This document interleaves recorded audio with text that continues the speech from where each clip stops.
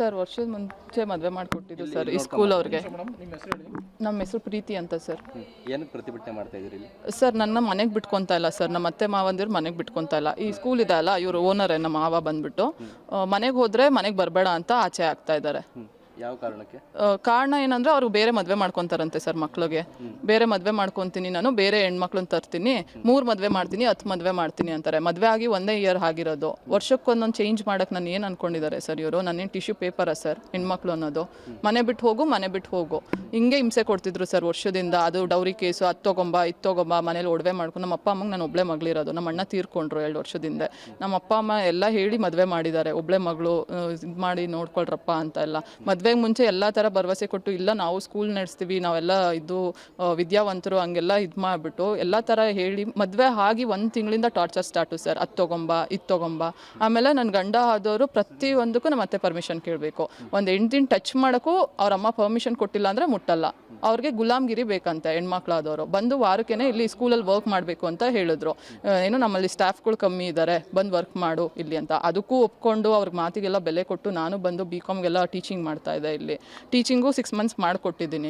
ಎಲ್ಲ ಥರ ಅವಮಾನ ಮಾಡೋದು, ಟಾರ್ಚರ್ ಮಾಡೋದು ಎಲ್ಲ ಮಾಡಿದ್ರು. ಆಮೇಲೆ 6 ತಿಂಗಳು ಆದಮೇಲೆ ಬರಬೇಡ ನೀನು ಸ್ಕೂಲ್ಗೆ, ನಿನ್ಗೆ ಯಾವ ಯೋಗ್ಯತೆನೂ ಇಲ್ಲ. ನಾನು MBA ಮಾಡಿದ್ದೀನಿ, ಬಟ್ ನಿನ್ಗೆ ಯಾವ ಯೋಗ್ಯತೆನೂ ಇಲ್ಲ, ಬರ್ಕೂಡ್ದು ನೀನು ಸ್ಕೂಲ್ಗೆ ಅಂತೆಲ್ಲ ಹೇಳಿ ಇದು ಮಾಡಿದ್ರು. ಆಮೇಲೆ ಎಲ್ಲ ಮನೆಯವ್ರು ಇರೋರು ಹೇಳ್ತಾರೆ ಮನೆ ಬಿಟ್ಟು ಆಚೆ ಹೋಗು. ಎಂತಿಗೆ ಆಚೆ ಹೋಗಬೇಕು? ನಾನು ಕ್ವಶನ್ ಕೇಳಿದ್ರೆ ಮದುವೆ ಯಾಕೆ ಮಾಡ್ಕೊಬಂದ್ರಿ, ಆಚೆ ಎಂತಿಗೆ ಹೋಗಬೇಕು ಅಂತ ಕೇಳಿದ್ರೆ, ಇಲ್ಲ ನನಗೆ ಇಷ್ಟ ಆಗಿಲ್ಲ ನೀನು, ನಾನು ಬೇರೆ ಮದುವೆ ಮಾಡ್ಕೊತೀನಿ, ನಾನು ಬೇರೆ ನಮ್ಮ ಮಾವನೇ ಹೇಳ್ತಾರೆ ನಾನು 10 ಮದುವೆ ಮಾಡ್ತೀನಿ ನನ್ನ ಮಕ್ಕಳಿಗೆ, ನನ್ನ ಹತ್ರ ದುಡ್ಡು ಐತೆ, ನನಗೇನು ಹೆಣ್ಮಕ್ಳು ಕ್ಯೂ ಅಲ್ಲಿ ನಿಂತ್ಕೊತಾರೆ ನಾನು ಮದುವೆ ಮಾಡ್ಕೊಳ್ಳೋಕ್ಕೆ, ನೀನು ಮನೆ ಬಿಟ್ಟು ಆಚೆ ಹೋಗ್ತಾ ಇರು ಅಂತ ಹೇಳ್ಬಿಟ್ಟು ಆ ವರ್ಷದಿಂದ ಟಾರ್ಚರು ಸರ್. ಮದುವೆ ವರ್ಷನೇ ಆಗಿರೋದು, ತಿಂಗಳಿಗೆ ಟಾರ್ಚರ್ ಸ್ಟಾರ್ಟ್ ಆಯಿತು ಎಲ್ರದ್ದು. ಅತ್ತೆ ಹೊಡಿಯೋದು, ನಾದಿನಿ ಹೊಡಿಯೋದು, ಎಲ್ಲ ಥರ ಹೊಡಿಯೋದು. ತಿಂಗಳಿಗೆ ಮುಂಚೆ ಹಿಂಗೇನೆ ಎಲ್ಲ ಥರ ಹೊಡೆದು ಸಾಯಿಸೋ ಲೆವೆಲ್ವರೆಗೂ ಬಂದರು. ಅವಾಗ ಹಿಂಗೋ ತಪ್ಪಿಸ್ಕೊಂಡು ನಾನು ಆಚೆ ಬಂದು ಪೊಲೀಸವರಿಗೆ ಫೋನ್ ಮಾಡಿ ಕಂಪ್ಲೇಂಟು ಎಲ್ಲ ಕೊಟ್ಟಿದ್ದೀವಿ ಈ ಥರ ಆಯಿತು ಅಂತ. ಬಟ್ ಪೊಲೀಸವರು ಸಹ ಏನೂ ಆ್ಯಕ್ಷನ್ ತೊಗೊತಾ ಇಲ್ಲ ಸರಿಗೆ.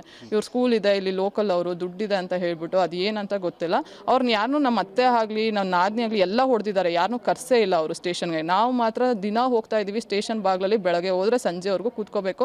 ದಿನ ಹೋದಾಗೆಲ್ಲ ಅವರಿಲ್ಲ, ಇನ್ಸ್ಪೆಕ್ಟರ್ ಇಲ್ಲ, ಅವರಿಲ್ಲ ಅಂದ್ಬಿಟ್ಟು ಕಾಯಿಸಿ ಕಳಿಸ್ತಾ ಇದ್ದಾರೆ ನನಗೆ. ಮನೆ ಹತ್ರ 3 ದಿನದಿಂದ ತಿರುಗ್ತಾ ಇದ್ದೀನಿ ಸರ್. ಮೊನ್ನೆ ಹೋಗ್ಬಿಟ್ಟು ಸ್ಟೇಷನ್ಗೆ ಹೋದರೆ ನೀನು ಮನೆಗೆ ಹೋಗಮ್ಮ ಅಂತ ಅಂದರು. ಅವ್ರನ್ನ ಯಾರೂ ಕರೀಲೂ ಇಲ್ಲ, ಏನೂ ಇದು ಮಾಡಲಿಲ್ಲ. ನೀನು ಸೀದಾ ಮನೆಗೆ ಹೋಗಮ್ಮ ಅಂದರು. ಮನೆಗೆ ಹೋದರೆ ಬಾಗ್ಲು ಹಾಕೊಂತಾರೆ, ಇಲ್ಲ ಮನೇಲಿ ಇರಲ್ಲ ಯಾರೂ. ಒಳಗಡೆ ಇದ್ಕೊಂಡು ಬಾಗ್ಲು ಓಪನ್ ಮಾಡ್ತಾ ಇಲ್ಲ. ನಾನು ಎಲ್ಲಿಗೆ ಹೋಗಬೇಕು? ನನ್ನ ಹಸ್ಬೆಂಡ್ ಆಗಲೇ ಒಂದು 6-7 ಮಂತ್ಸಿಂದ ಸ್ಟಾರ್ಟ್ ಆಗಿದೆ ಸರ್. ಅಂದರೆ ಬಟ್ ಮನೇಲೇ ಇತ್ತು, ಯಾರಿಗೂ ಹೇಳ್ಕೊಂಡಿರಲಿಲ್ಲ. ಯಾವಾಗ ಎಕ್ಸ್ಟ್ರೀಮ್ ಲೆವೆಲ್ಗೆ ಬಂತು ನಂಗೆ ತಡ್ಕೊಳಕ್ಕಾಗಲಿಲ್ಲ. ಅವಾಗ ನಮ್ಮ ಪೇರೆಂಟ್ಸ್ಗೆಲ್ಲ ಹೇಳ್ಕೊಂಡೆ. ನಮ್ಮ ಪೇರೆಂಟ್ಸು ಏನಕ್ಕಪ್ಪ ಹಿಂಗೆಲ್ಲ ಮಾಡ್ತಿದ್ಯಾ ಅಂತ ಫೋನ್ ಮಾಡಿದ್ರೆ, ಮದುವೆ ಮಾಡಿಕೊಟ್ಮೇಲೆ ನೀನು 3ನೇ ವ್ಯಕ್ತಿ, ನೀನು ಯಾರಯ್ಯ ಕೇಳೋಕ್ಕೆ ಅಂತ ನಮ್ಮ ತಂದೆಗೆ ಧಮಕಿ ಹಾಕ್ತಾರೆ. ಆಮೇಲೆ ಇವರು ಸಾಲದು ಅಂತ ಇನ್ನೊಂದು 3rd ಪರ್ಸನ್ನ ಕರೆಸ್ತಾರೆ ಸರ್. ನಮ್ಮ ಅತ್ತೆ ಕಡೆಯಿಂದ ಸಂಬಂಧಿ ಹರೀಶ್ ಅಂತ ಅವರು ಬರ್ತಾರೆ. ಹೊತ್ತಲ್ಲಿ ಬಂದ್ಬಿಟ್ಟು ಮಿಸ್ಬಿಹೇವ್ ಮಾಡೋದು. ನಾನು ಅಡುಗೆ ಮನೇಲಿ ಏನಾದರೂ ಅಡುಗೆ ಮಾಡ್ತಾ ಇದ್ರು ಬರ್ತಾರೆ, ಅಡುಗೆ ಮನೆಗೆಲ್ಲ ಬರ್ತಾರೆ, ಟಚ್ ಮಾಡೋಕ್ಕೆಲ್ಲ ಟ್ರೈ ಮಾಡ್ತಾರೆ. ನಾನು ಅದನ್ನು ಹೋಗ್ಬಿಟ್ಟು ಹಸ್ಬೆಂಡ್ ಹೇಳಿದ್ರು ಹಸ್ಬೆಂಡ್ ಏನು ರಿಯಾಕ್ಷನ್ ತೊಗೊಳ್ಳಲ್ಲ. ನೀನೇನು ಕ್ವಶನ್ ಮಾಡ್ಕೊಡ್ದು, ಬಾಯಿ ಮುಚ್ಕೊಂಡು ಮನೇಲಿ ಬಿದ್ದಿರಂಗಿದ್ರೆ ಬಿದ್ದಿರೋ, ಇಲ್ಲ ಮನೆ ಬಿಟ್ಟು ಆಚೆ ಹೋಗು. ಅವ್ರು ಯಾವಾಗ ಮಿಸ್ಬಿಹೇವ್ ಮಾಡಿದ್ರು ನನಗೆ ಅದೆಲ್ಲ ತಡ್ಕೊಳಕ್ಕಾಗದಲ್ಲ. ಕ್ವಶನ್ ಮಾಡಿದ್ರೆ ನೀನು ಮನೆ ಬಿಟ್ಟು ಆಚೆ ಹೋಗು. ಎಲ್ಲ ಥರ ಯಾರು ಮನೇಲಿ ಮಾತಾಡ್ಸ್ತಿರ್ಲಿಲ್ಲ ಸರ್ ಆಗಲೇ 5 ತಿಂಗಳಿಂದ. ಮನೆ ಬಿಟ್ಟು ಆಚೆಗೂ ಹೋಗಬಾರ್ದು. ಒಂದು ದೇವಸ್ಥಾನಕ್ಕೆ ಹೋದರೆ ಸೂಳೆ ಮನೆ ಮಕ್ಕಳಂತೆ ದೇವಸ್ಥಾನಕ್ಕೆ ಹೋಗೋದು. ನಮ್ಮ ಮಾವ ಬೈತಾರೆ. ಈ ಸ್ಕೂಲ್ ನಡೆಸೋರು ಹಾಕ್ಬಿಟ್ಟು ಸೂಳೆ ಮನೆ ಮಕ್ಕಳು ದೇವಸ್ಥಾನಕ್ಕೆ ಹೋಗ್ತಾರೆ ಸರ್. ಹಂಗಿದ್ರೆ ಅವ್ರ ದೇವಸ್ಥಾನಕ್ಕೆ ಹೋದರೆ ಏನಂತ ಹೇಳಬೇಕು? ಎಲ್ಲೂ ಹೋಗಂಗಿಲ್ಲ ಸರ್. ಮನೆ ಬಿಟ್ಟು ಆಚೆ ಹೋದರೆ ಎಲ್ಲಿ ನಮ್ಮ ವಿಷಯ ಬೇರೆಯವ್ರಿಗೆ ಗೊತ್ತಾಗ್ಬಿಡುತ್ತೆ. ನಮ್ಮ ತಂದೆ ತಾಯಿ ಮನೆಗೂ ಹೋಗೋಕ್ಕೆ ಬಿಡ್ತಾ ಇರಲಿಲ್ಲ. ಕೂಡಾಕೊಂಡು ಎಲ್ಲ ಇದು ಮಾಡಿ ಹೊಡೆದು. ನಾನು ಯಾವಾಗ ಇಲ್ಲ ನನ್ನ ಗಂಡ ಬೇಕು ಅಂತ ಅಲ್ಲೇ ಸ್ಟ್ರಾಂಗಾಗಿ ಕೂತ್ಕೊಂಡೆ. ನಾನು ಯಾವಾಗ ಮನೆ ಬಿಟ್ಟು ಹೋಗಲಿಲ್ಲ. ಎಲ್ಲ ಹೊಡೆಯೋ ಅಂತ ತಂದು ಸಾಯಿಸೋ ಅಂತ ತಂದರು. ಅವತ್ತು ಹೆಂಗೋ ನನ್ನ ಗುಡ್ ಟೈಮ್ ಅನಿಸುತ್ತೆ, ಬಚಾವಾಗ್ಬಿಟ್ಟು ಬಂದಿದ್ದೀನಿ ಸರ್. ಅವತ್ತು ಬಂದು ನಾನು ಸ್ಟೇಷನ್ಗೆ ಹೋಗಿ ಕಂಪ್ಲೇಂಟ್ ಕೊಟ್ಟರು ಪೊಲೀಸವ್ರು ಏನೂ ನೀಟಾಗಿ ಆ್ಯಕ್ಷನ್ ತೊಗೊತಾ ಇಲ್ಲ. 1 ತಿಂಗಳಾಗಿದೆ ಸರ್ ಆಲ್ರೆಡಿ ಕಂಪ್ಲೇಂಟ್ ಕೊಟ್ಟು. ಈ ವಿಷಯಕ್ಕೆ ಏನೂ ಆ್ಯಕ್ಷನ್ ತೊಗೊಂಡಿಲ್ಲ. ದಿನಾ ಸ್ಟೇಷನ್ ಹತ್ರ ಕರೆಸ್ತಾರೆ. ಇವತ್ತು ನಾವಿರಲ್ಲ, ಇವತ್ತು ಬ್ಯುಸಿ ಇದ್ದೀವಿ, ನಾಳೆ ಬನ್ನಿ, ನಾಡಿದ್ದು ಬನ್ನಿ ಅಂತ ಹೇಳ್ಬಿಟ್ಟು ಹಿಂಗೆ ಕಳಿಸ್ತಾ ಇದ್ದಾರೆ.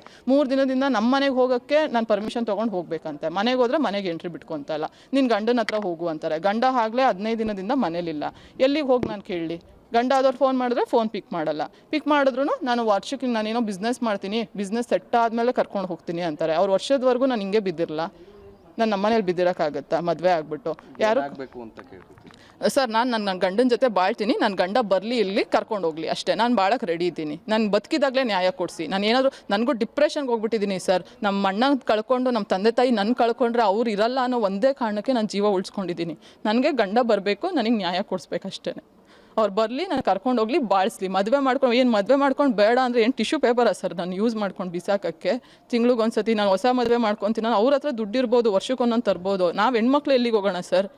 ಒಂದು ಮದುವೆ ಮಾಡ್ಕೊಂಡ್ಮೇಲೆ ನನ್ನ ಗಂಡ ಬರಬೇಕು, ನಾನು ಬಾಳಕ್ಕೆ ರೆಡಿ ಇದ್ದೀನಿ, ಗಂಡ ಬಂದು ಬಾಳಿಸ್ಬೇಕು. ಈ ಮನೆ ಸೊಸೆನೇ ಈ ಲೆವೆಲ್ಗೆ ತಂದಮೇಲೆ ಮಕ್ಳಿಗೆ ಏನು ಎಜುಕೇಷನ್ ಕೊಡ್ತಾರೆ ಸರ್ ಇವರು ಇಲ್ಲಿ? ಸರ್ ಕಾರಣ ಏನೂ ಇಲ್ಲ ಸರ್, ಸಿಲ್ಲಿ ವಿಷಯ. ನಮ್ಮ ಅತ್ತೆಗೆ ಗುಲಾಮ್ಗಿರಿ ಮಾಡ್ಬೇಕಂತೆ, ಹಸ್ಬೆಂಡ್ ಜೊತೆ ಮಾತಾಡೋಂಗಿಲ್ಲ ನಾನು, ಅವ್ರು ಹೇಳ್ದಂಗೆ ಕೇಳ್ಕೊಂಡು ಬಿದ್ದಿರ್ಬೇಕಂತೆ. ಸ್ಕೂಲಿಗೆ ಬರಬೇಕು, ಇಲ್ಲಿ ವರ್ಕ್ ಮಾಡಬೇಕು, ಮನೆಗೆ ಹೋಗ್ಬೇಕು, ಮನೆ ಕೆಲಸ ಮಾಡಬೇಕು, ಬಾಯಿ ಮುಚ್ಕೊಂಡು ಬಿದ್ದಿರಬೇಕು. ಗಂಡನಿಗೆ ನಾನು ಒಂದು ಏನು ಮಾತಾಡಲ್ಲ. ಗಂಡ ಆದವರು ಅಷ್ಟೇ, ನಮ್ಮ ಅತ್ತೆ ಹೇಳಿಲ್ಲ ಅಂದರೆ ಟಚ್ಚು ಮಾಡಲ್ಲ ಹೆಂಡ್ತಿ ಅಂತ, ಪಕ್ಕನೂ ಬಂದು ಮಲ್ಕೊಳ್ಳಲ್ಲ. ನಮ್ಮ ಅತ್ತೆ ಕೂತ್ಕೊಂಡ್ರೆ ಕೂತ್ಕೋಬೇಕು, ನಿಂತ್ಕೊಂಡ್ರೆ ನಿಂತ್ಕೋಬೇಕು. ಮಿಷಿನ್ ಥರ ಇರಬೇಕಂತೆ ಆ ಮನೇಲಿ.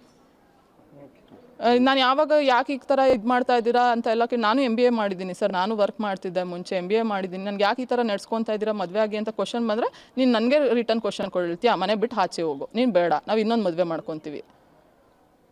ನಿಮ್ಮ ಹೆಸರು? ಪ್ರೀತಿ ಅಂತ ಸರ್. ರೂಪೇಶ್ ಸರ್. ಗಂಗರಾಜು.